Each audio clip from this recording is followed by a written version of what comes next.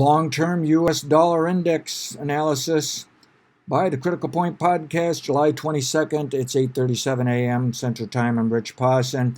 You're looking at a monthly chart of the U.S. dollar index, and we've labeled some long-term business cycle tops, bottoms, reversals, so we can see the long-term trends. And as you can see, these three arrows I've been trying to call a long-term 3-year business cycle, if not a 6-year, even 9-year business cycle, something major, something significant here, call a top. Well, this week, this month, the dollar index has fallen enough to convince me the third time got it. The third time was the charm. Didn't have 3 strikes and you're out. Bottom line is long-term top in place, and it's bearish. Now, here's a dilemma or debate. If the recent low was a 3-year cycle bottom, okay, then the market, once it takes that low out, and it's very close to that low, we have a 94.65 for that low, and right at the moment it's 94.97. If it takes that low out, it's bearish into 2022. Now that doesn't mean it's going to decline like this all the way into 2022. We can see choppiness, range trade, and whatnot.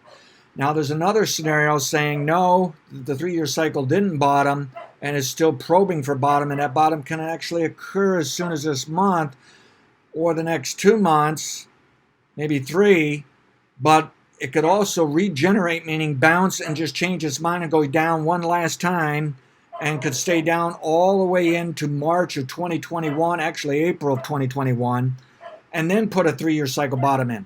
What would then occur is we would get a rally into 2022 for a 3-year cycle top, then drop for a 6-year cycle low 2022, but more likely 2023.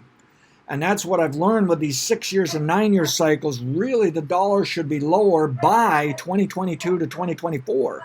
So there's plenty of years, plenty of time to bring the dollar down. The question is how low? So this week, we're really seeing inflationary traders getting involved. And I think they're way ahead of schedule, but the point is they can do it. I understand why they're jumping on it. It's something to do. It's something to trade. So we have gold jumping, okay? We have interest rates are actually backing off a little bit here, and they may over the next few weeks here, especially if the stock market comes down. But ultimately, we're due for some kind of significant bottom here in interest rates. And so, you can just see there's several commodities. Silver has been exploding and this and that. So we can see some indications here of a little bit of inflationary trade. But you still may actually have some things going on in terms of the poor economy is actually causing a little lower dollar here.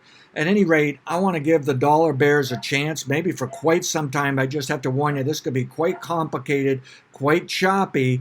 But in the end, looking out few to several years, the dollar can return to 90. It may even return to 85. I doubt it will go any lower than that. And I seriously doubt we're going to see the dollar index up near, say, 103 anytime soon over the next 2 to 4 years, 5 years. I think this lower dollar can be supportive to the U.S. economy in coming years. I think it can be supportive actually to the global economy or coincide with a recovery in the global economy.